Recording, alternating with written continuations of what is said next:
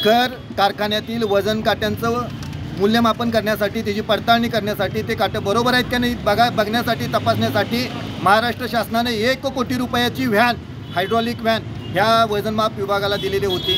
ह्या वजनमाप अधिकाऱ्यांनी कारखानदारांच्या हातात घातला आहे, दलाली केली आणि कारखानदारांच्या हितासाठी हे मशीन 1 किलोमीटरसुद्धा न फिरवता गोकुळ दूध संघामध्ये लावून ठेवलेलं आहे। त्यामुळे आज आम्ही या इथं अधिकाऱ्यांना जाब विचारण्यासाठी आणि त्या मशीनचं दर्शन आणि त्याचं पूजन करण्यासाठी आलो आहे। आज हे अधिकारी मात्र पळपुटे निघाले, लोकांना प्रश्नाची उत्तरं द्यायला नकोत म्हणूनसाठी पळून गेलेले आहेत। कोट्यावधी रुपयाचा भ्रष्टाचार या अधिकाऱ्यांनी केलेला आहे। इथून पुढच्या काळात आम्ही या अधिकाऱ्यांची पाठ सोडणार नाही।